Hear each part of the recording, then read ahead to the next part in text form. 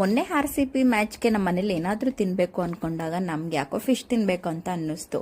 ಈ ಥರ ಫಿಶ್ ನೀವು ಮಾಡ್ಕೊ ತಿನ್ಬೇಕಾ? ಬನ್ನಿ ಹೇಗೆ ಅಂತ ಹೇಳ್ತೀನಿ.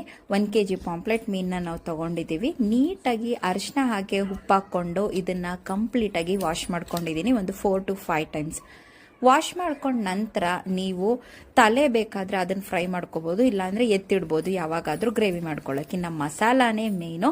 ಸ್ವಲ್ಪ ತೇಜೋದು ಫಿಶ್ ಫ್ರೈ ಪೌಡರು ಮತ್ತು ಖಾರದ ಪುಡಿ, ಸ್ವಲ್ಪ ಉಪ್ಪು, ಸ್ವಲ್ಪ ಕೊತ್ತಂಬರಿ ಸೊಪ್ಪು, ಹಾಗೆ ಕರ್ಬೇವಿನ ಸೊಪ್ಪು, ಜಿಂಜರ್ ಗಾರ್ಲಿಕ್ ಪೇಸ್ಟು, ಒಂದು ಅರ್ಧ ನಿಂಬೆಹಣ್ಣು, ಹಾಗೆ ಒಂದು ಮೊಟ್ಟೆ. ಇದೆಲ್ಲ ನೀಟಾಗಿ ಮಿಕ್ಸ್ ಮಾಡಿದ ನಂತರ ನೀವು ಇದನ್ನು ಫಿಶ್ಗೆ ಅಪ್ಲೈ ಮಾಡಬೇಕಾಗುತ್ತೆ.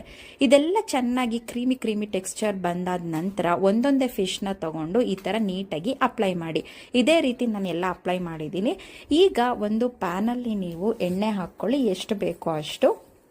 ಎಣ್ಣೆ ಹಾಕೊಂಡ ನಂತರ ಒಂದೊಂದೇ ಫಿಶ್ನ ಹೀಗೆ ಇಟ್ಕೊಂಡು ಸಿಮ್ಮಲ್ಲಿ ಅಥವಾ ಮೀಡಿಯಂ ಫ್ಲೇಮಲ್ಲಿ ನೀಟಾಗಿ ಬೇಯಿಸ್ಕೊಂಡು ತಿಂತಾ ಇದ್ರೆ ಏನಂತ ಹೇಳ್ತೀರಾ.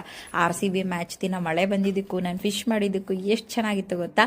ಈ ಒಂದು ವಿಡಿಯೋ ಕಂಪ್ಲೀಟ್ ಆಗಿ ನನ್ನ ಯೂಟ್ಯೂಬ್ ಚಾನಲಲ್ಲಿದೆ, ಬೇಕು ಅಂದವ್ರು ಹೋಗಿ ನೋಡಿ. Thank you all, bye.